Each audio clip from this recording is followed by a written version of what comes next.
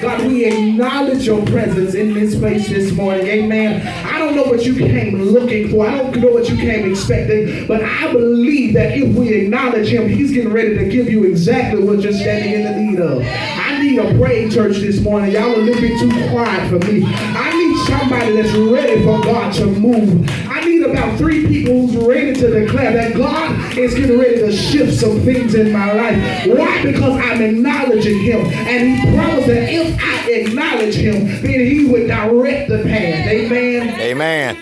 I believe, I'm just stupid enough, just crazy enough to believe that God is getting ready to shift the body of Christ. Anybody believing that with me? Listen, I said, I believe that God's getting ready to shift some things in our lives. I said, I believe that God's getting ready to shift some things in our life. And everything that the devil meant for evil. I said, everything that the devil meant for evil, God is getting ready to use it for your good. I said, God's getting ready to use it for your good. That God's getting ready to make the enemy out of a liar. And every door that he said was going to be closed, God's getting ready to open.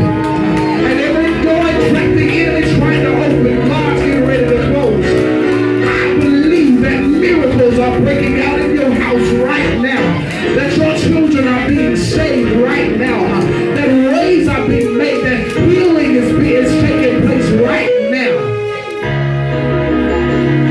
Why? Somebody said, why you believe it? Because the Bible says that if we acknowledge him, see, that's half the battle right there, is simply acknowledging him. That's why the devil is trying to make you focus on everything that could go wrong. But he said, if you would acknowledge me, I'm trying, but I really feel like preaching. God said, if you would acknowledge me, stop complaining and acknowledge me. Stop crying and acknowledge me. Stop whimpering and acknowledge me. Stop trying to change it and just acknowledge me. I will acknowledge you. I'll direct your path. I'll steer around the enemy. I'll make a way out of no way. Y'all praying, but I came to have church if I had to do it by myself. In this season, I'm convinced that what the enemy is trying to stir up in my life, because I've acknowledged God, he's already made a way of escape. Because I've acknowledged him, because I'm looking to the hills from which cometh my help, and I acknowledge that my help cometh from the Lord.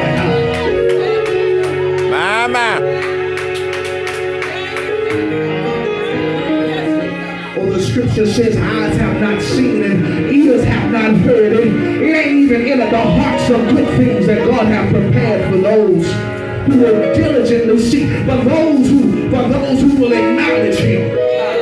I'm trying to help somebody. Because you keep acknowledging the bill, but you ain't acknowledged him.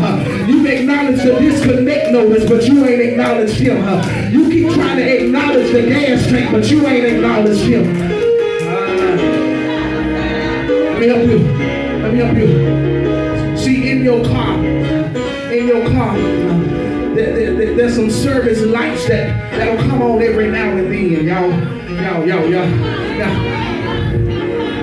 And when the light comes on for you to acknowledge what it says. See, when you driving down the road and the gas light come on, you acknowledge the fact that I'm gonna have to pull over and get some gas. You acknowledge when the oil light come, I'm gonna have to get an oil change. You acknowledge your tire pressure may be low. Why do you acknowledge it? Because the light came on. Yeah. But watch this. The Bible says that the entrance of your word brings light. Somebody ought to testify that I once was in the dark, but now I'm in the light. And the entrance of his word brought so much light that I found out it wasn't always him, it was me, my light on. Come on. See, they ain't come to really have church. The